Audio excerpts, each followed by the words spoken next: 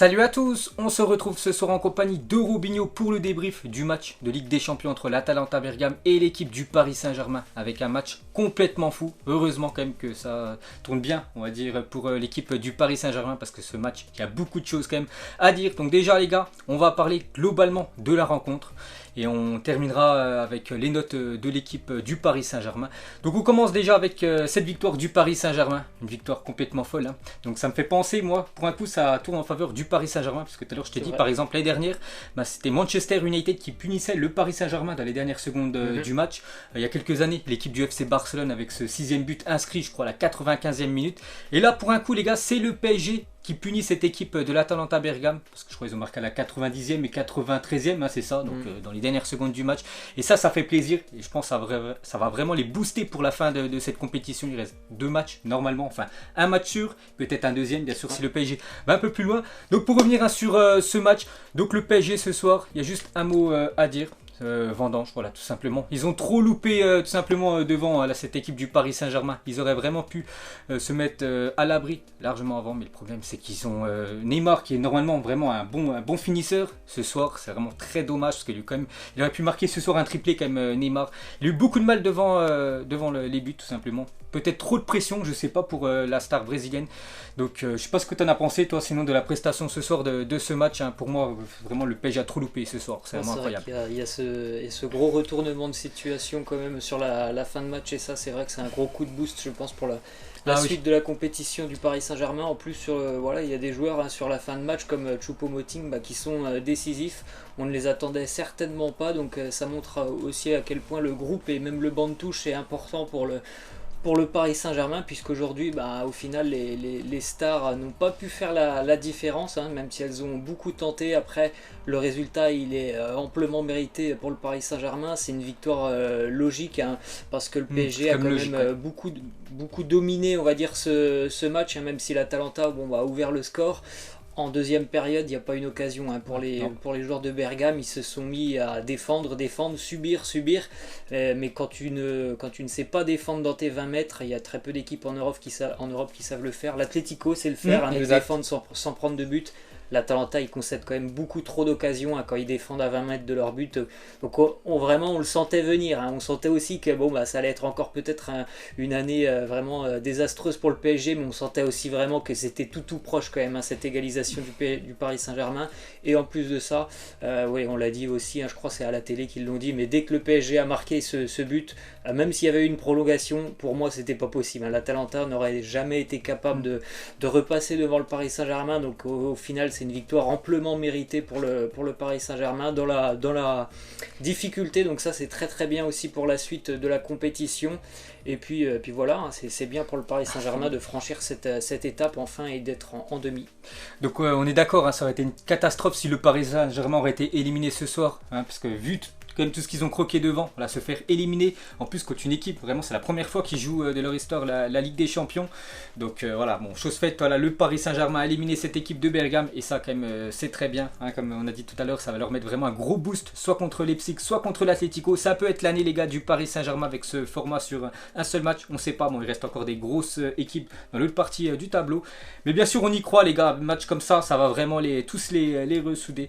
Donc vraiment parfait, hein. L'objectif c'était de se qualifier. Donc moi j'avais dit un prono les gars dans mon Zappima, j'ai dit 3, hein. Bon voilà, tout au long du match, hein, j'étais très loin du score, puis à la fin du compte, hein, j'étais quand même très proche du score exact de cette rencontre. Donc voilà, qualification du Paris Saint-Germain.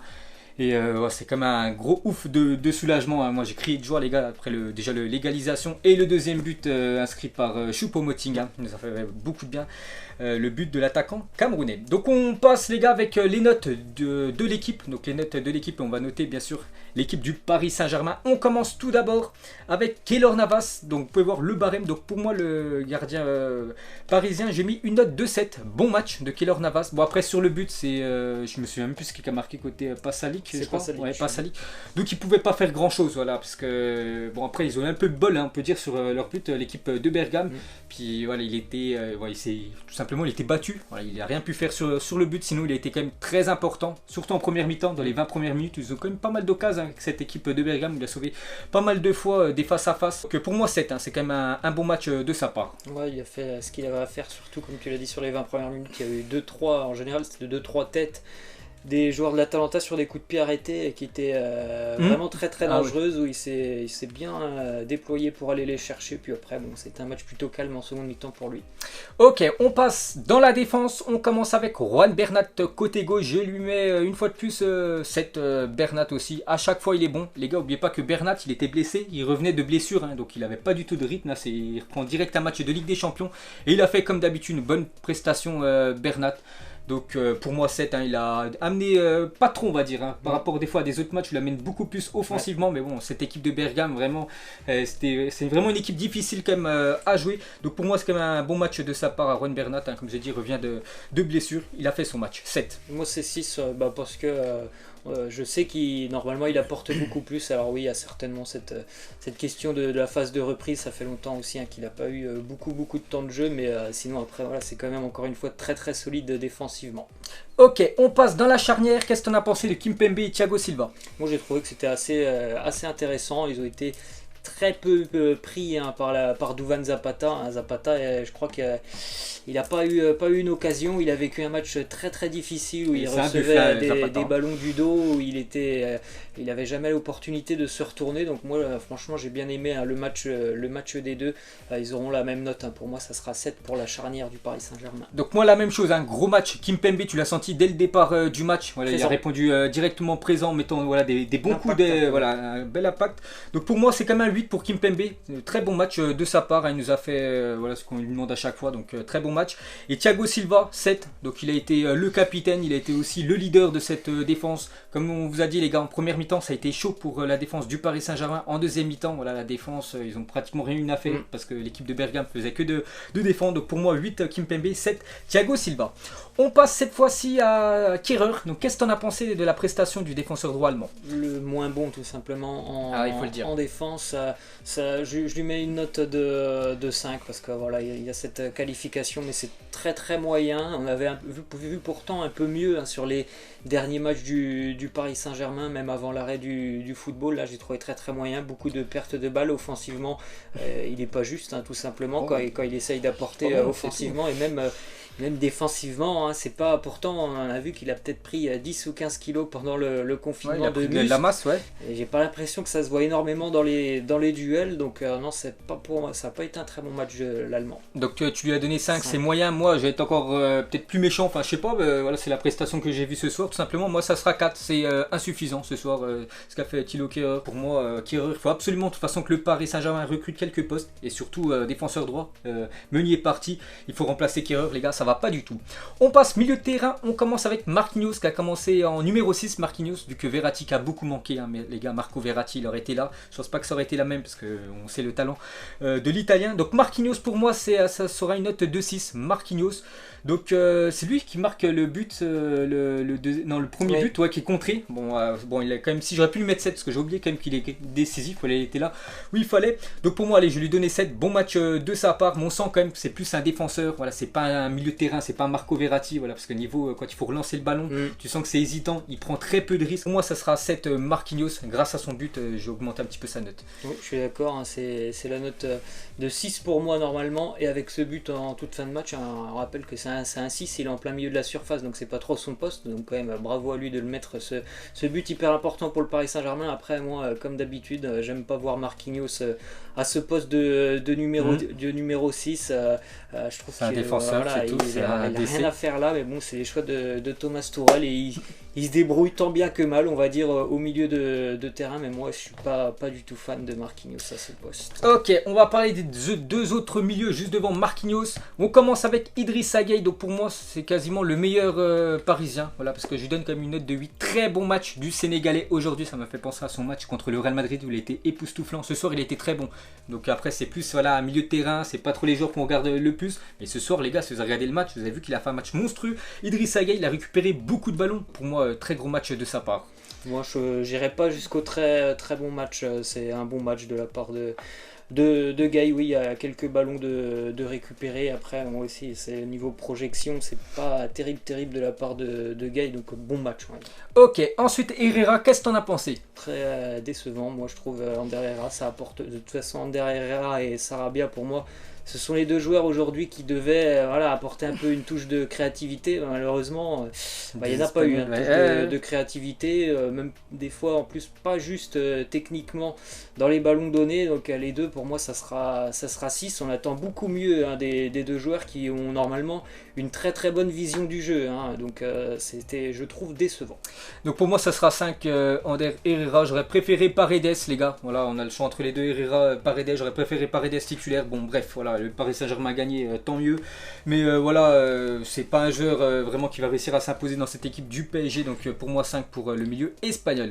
Et on va terminer, les gars, avec l'attaque. On va commencer tout d'abord avec Sarabia, les gars. Donc Sarabia qui remplaçait tout simplement Kylian Mbappé ou même Angel Di Maria qui était suspendu. Donc Sarabia ce soir. Pourtant, c'est vraiment un bon joueur, les gars. Pablo Sarabia, donc pour moi ce sera seulement 3, un mauvais match, il faut avouer, surtout la première mi-temps, parce qu'il est sorti quand même très tôt, je crois, l'heure de jeu, je crois que c'est lui qui a remplacé Kylian Mbappé, donc il a pratiquement rien apporté. On a vu quand Kylian Mbappé, la différence, en seulement quelques secondes, Mbappé avait fait plus que Sarabia en quasiment 1 heure de jeu, donc c'est très pauvre ce match ce soir, c'est 3, voilà, c'est un mauvais match tout simplement de l'Espagnol. Oui, c'est mauvais, insuffisant, ça mérite pas la moyenne, je trouve, pour lui, comme je viens de le dire pour Herrera, qui doit être normalement un joueur créatif. Il n'y a pas eu grand chose aujourd'hui, il n'a pas été en plus de ça en mesure de combiner, que ce soit avec Neymar, comme avec Icardi, on n'en parle pas, il n'y a aucune combinaison. Voilà, donc ouais, c'était assez moyen, même moins que la moyenne pour lui. Ok, on passe numéro 9, Icardi, donc 3 Sarabia, là c'est encore pire. Icardi, les gars, j'ai mis 2. 2 très mauvais, voilà, il faut avouer, Icardi, c'est pas du tout ça là actuellement. J'espère que c'est pas une fraude quand même pour l'équipe du Paris Saint-Germain, donc match catastrophique pour tout simplement pour l'Argentin. En première mi-temps, voilà, il pressait même pas, puis même quand il y avait des duels, à chaque fois, il gagnait aucun ballon. Icardi, je sais pas ses stats sur le match, mais ça doit être catastrophique. Peut-être je vous les donnerai, les gars, demain dans le ZI, mais ça mérite que 2, les gars. Très mauvais match ce soir de Icardi. Un coup vraiment où c'est Sarabia que je crois qui a piqué sur le côté.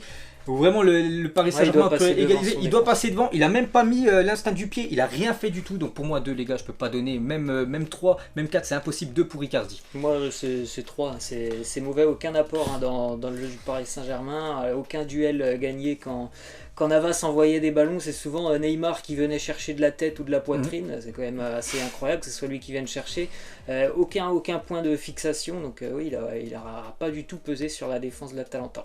Ok, on va terminer avec Neymar. Donc Neymar, il y a beaucoup de choses quand même à dire sur la star brésilienne. Donc moi déjà je lui mets une note de 7. Bon match de Neymar. Mais bon, Neymar, les gars, qu'est-ce qu'il nous a fait ce soir? On en a parlé tout à l'heure en début de vidéo. Mais qu'est-ce qu'il nous a fait de louper déjà au bout de 3 minutes de jeu? Le Paris Saint-Germain aurait déjà pu ouvrir le score. Jamais il aurait loupé une occasion. Enfin jamais il loupe normalement une occasion comme ça. Trop de pression, je sais pas. Mais là vraiment la mettre à côté. Au pire c'est le gardien qui la sort. Mais la mettre à côté c'est incroyable.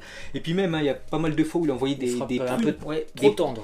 Trop tendre ou des prunes. Il y en a une qui est passée 30 mètres au-dessus des buts. Je sais pas du tout. Mais sinon dans le jeu, les gars, Neymar il a été exceptionnel. C'est pour ça quand même qu'il a 7, mais sinon je peux pas lui mettre il aurait marqué peut-être 1 ou 2 buts, ça aurait été peut-être 9 voire 10, exceptionnel ou parfait, parce que dans le jeu, les gars, il était énorme. Neymar, les gars de l'Atalanta Bergame, tu vois, ils en avaient marre, les gars, ils l'accrochaient tout le temps, ils ont fait je sais pas combien de fautes sur le Brésilien.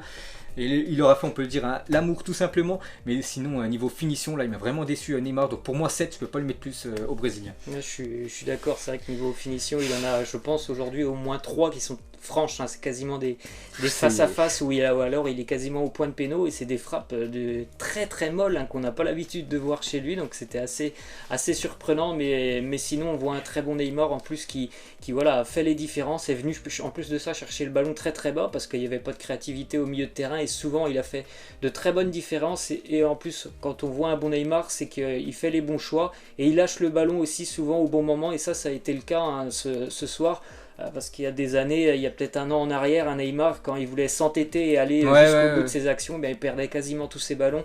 Ça n'a pas été le cas ce soir, juste voilà la finition qui a été un peu problématique. Et c'est lui qui fait la passe, n'oubliez pas, pour Kylian Mbappé pour le deuxième but. Donc quand même bon match de sa part, mais il faut absolument qu'il se ressaisisse devant les buts parce que ça ressemble pas du tout à Neymar. On va terminer rapidement, mais vraiment rapidement, avec Kylian Mbappé qui est rentré en cours de jeu. On voulait tous le voir titulaire, malheureusement le terrain l'a blessé il y a quelques semaines.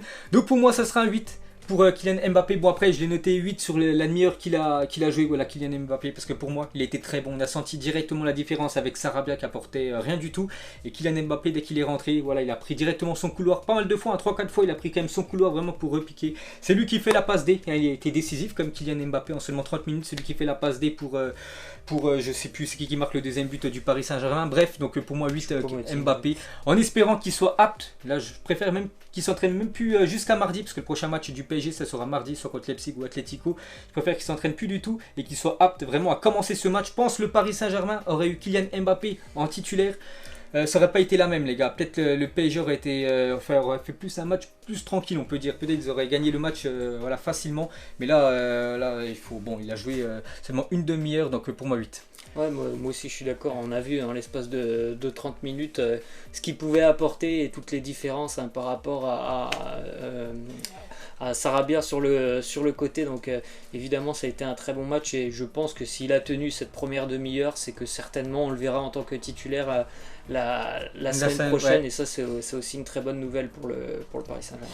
Donc voilà les gars, la fin de ce long débrief, bien sûr, parce qu'il y avait beaucoup de choses à dire quand même. Voilà, le PSG perdait 1-0 à la 90e minute, il gagne 2-1, il y a beaucoup de choses à dire. Donc nous on est quand même contents bien sûr.